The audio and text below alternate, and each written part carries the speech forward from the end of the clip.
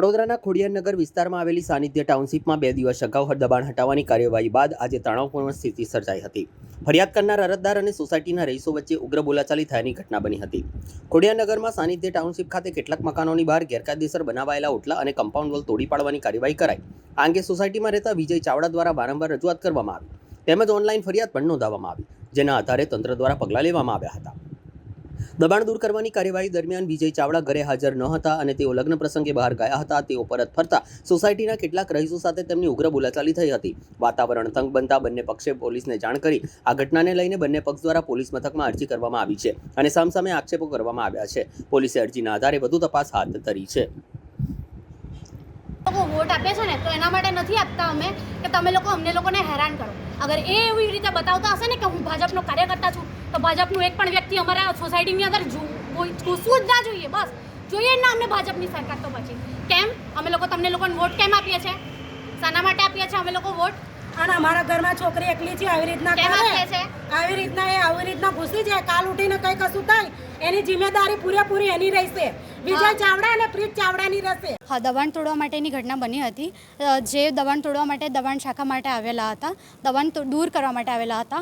અમને એ દબાણ શાખા દૂર કરવાના કેસમાં મતલબ એ લોકો આવવાના છે એની કોઈ પણ ઇન્ફોર્મેશન અમને મળેલી નથી.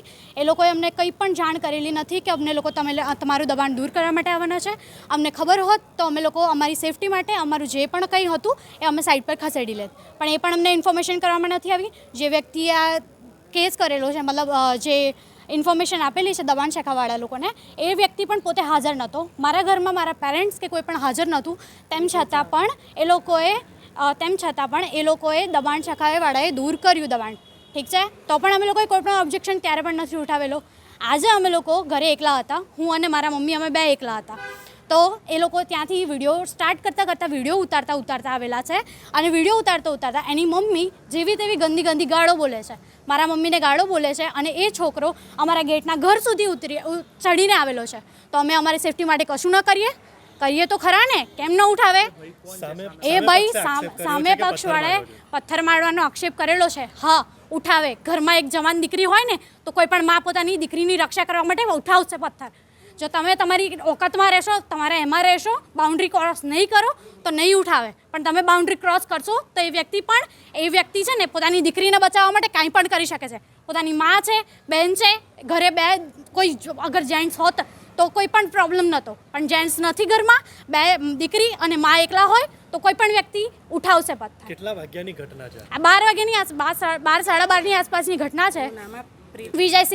વિજયસિંહ ચાવડા અને પ્રીત ચૌહાણ ચાવડા, એ બંને જણ, એની મમ્મી શ્રુતિબેન, એ ત્રણે લોકો અમને જેવી તેવી ગંદી ગાળો બોલેલા છે. બહુ જ ગંદી ગાળો બોલેલા છે, જે બોલી પણ ન શકાય ને એટલી ગંદી ગાળો બોલેલા છે. તેમ છતાં છેલ્લા બે વર્ષથી અમને લોકોને એટલું હેરાન કરી મૂક્યું છે, બહુ જ હેરાન કરે છે. તેમ છતાં પણ અમે લોકો કાંઈ પણ એક્શન નથી લીધું. જ્યારે હોય ત્યારે અમને લોકોને એટલું પરેશાન કરે છે. અમારી પાસે 2 મહિનાના રેકોર્ડિંગ છે, 3 મહિના જેટલા રેકોર્ડિંગ બતાવવા છે એટલા રેકોર્ડિંગ બતાવીશું. રોજ જે ગાડી પાર્કિંગના બાબતે એટલું હેરાન કરે છે. રોજ જે ગાડી પાર્ક કરે છે, એક્ટિવાઓ મૂકે છે, સાઈડ પર એક્ટિવાઓ મૂકે છે. અમારા ઘરમાં જવા માટેની જગ્યા પણ નથી રાખતા. તો શું એમને લોકોને, હા, એ રાજકીય પગ ધરાવે છે, એના વિષય પર જ એ વધારે પડતું ઉકસાણી કરી રહ્યા છે કે અમે ભાજપનો કાર્યકર્તા છે તો અમે કંઈ પણ કરી શકીએ. શું ભાજપના કાર્યકર્તા આ માટે છે ભાજપના કાર્યકર્તા? અમે લોકો નથી. અમે લોકો તમને વોટ આપે છે તો અમે ભાજપના કાર્યકર્તાને વોટ એના માટે આપીએ છીએ કે અમારી રક્ષા કરે. તમને લોકોને એના માટે વોટ નથી આપતા અમે લોકો કે અમારા જ પક્ષની અંદર અમે તમારા દબાણો દૂર કરો કે આ કરો. ચાલો, ગેરકાયદેસરની વસ્તુ હતી, માની લીધું, અમે લોકો બધું માની લીધું. ચાલો, પણ શું આવી રીતે કોઈના ઘરની અંદર ઘૂસી જવાય? ઘૂસાય? કોઈના ઘરની અંદર ઘૂસાય પણ ના. અને કોઈ પણ જવાન દીકરી છે, માં અને દીકરી એકલા હોય તો કોઈ પણ વ્યક્તિની એટલી તાકાત નથી કે તમે લોકો અંદર આવો. કોઈ રાજકીય દબાણ તમારા પર? રાજકીય દબાણ તો અમારા પર કોઈ નથી, પણ એ લોકો એટલું પરેશાન કરે છે, અમને લોકોને હેરાન કરી મૂકેલા છે. છેલ્લા 2 વર્ષથી હેરાન કરે છે અમને લોકોને. મારું નામ વંદના છે. સુનિતા. હવે ગેરકાયદેસરનું બાંધકામ બાંધ્યું હતું. અમારું 2 વર્ષથી અરજી આપી હતી, બધી કાર્યવાહી ચાલતી હતી. હવે અમે મેરેજ ફંક્શનમાં ગયા હતા પરમ દિવસથી, શુક્રવારથી. તો એ લોકો અચાનક આવી ગયા તોડફોડ કરવા માટે, અમને જાણ નહોતી. તો અમે જ્યારે આજે સવારે ઘરે પાછા આવ્યા તો એ લોકોએ અમારી પર હુમલો કર્યો. અને પથ્થર લઈને મારા બાબાને મારવા દોડી છે. તો અમે પછી પોલીસ સ્ટેશનમાં અરજી કરી છે. કેટલા લોકો હતા, કેટલા જણનું ટોળું હતું તમારા ઘરે જે કરવા માટે આવ્યા હતા? અમારા ઘરે જ્યારે એ લોકો 2 જણ હતા, સુનીતાબેન, અંબાલાલ રોહિત અને એમની છોકરી, અને બીજા સાથે આજુબાજુવાળા પણ સાથ સહકાર આપી રહ્યા હતા. અમને ધમકી આપે છે મારી નાખવાની. અત્યારે શું કાર્યવાહી કરી તમે? પોલીસે શું જવાબ આપ્યો? અત્યારે અમે પોલીસ સ્ટેશન આવ્યા છીએ અને એમની સામે કેસ કરવાની તૈયારી કરી રહ્યા છીએ. શું નામ તમારું? શ્રુતિ ચાવડા. 24માં મેં અરજી આપેલી જે ગેરકાયદેસર જે બાંધકામ છે ને એના લઈને અનુસંધાનમાં મેં અરજી કોર્પોરેશનમાં જે તે ડિપાર્ટમેન્ટમાં મેં આપેલી અરજી કે ભાઈ આ લોકો કાયમ માટે અમારી જોડે કકરાટ કરે છે. તો અમે અરજીનું એ અનુસંધાને અરજી અમે કોર્પોરેશનમાં આપ્યા હતા અને એને લઈને 2 વર્ષ થયા. મેં CM-PMમાં બી અરજીઓ કરેલી વારંવાર અને TDO ઓફિસમાં બી વારંવાર અરજી કરવા છતાં બી આ લોકો ડિમોલેશન કરતા નહોતા. પણ જ્યારે CM-PMમાં અરજી ગઈ તેના અનુસંધાનમાં આ લોકો ઉપરથી પ્રેશર આવ્યું કે ભાઈ આ ગેરકાયદેસર બાંધકામ કેમ તૂટતું નથી, શા કારણે? તો એના અનુસંધાને આ લોકો 21/2/2006માં આ લોકો ના તારીખ પ્રમાણે જે પોલીસ પ્રોટેક્શનની ડેટ આપી એ ટાઈમે આ લોકો આવ્યા હતા. અને એ ટાઈમે અમે હાજર નહોતા. અમે શુક્રવારે બેરેજમાં ગયેલા આ 2 દિવસ પહેલાં. અને જ્યારે અમે ઘરે આવ્યા તો અમને પૂછ્યા વગર જે અમારા બાજુવાળા જે રહેતા છે સુનીતાબેન કરીને, અમને જેવું તેવું ગાળો બોલવા લાગ્યા, ગંદી ગાળો, અને અમને પથ્થર મારવાનો બી કોશિશ કરી મારા બાબાને કે તને મારીશ ના અમને તેમ બધી ધમકીઓ આપે છે. કેમ કે ગેરકાયદેસર બાંધકામ છે એ અમારું નથી, એ કોર્પોરેશનનું કામ છે. કોર્પોરેશનનું કામ જે છે એ તો કરવાના જ છે. એમાં મારું બી નહીં ચાલે અને કોઈનું નહીં ચાલે.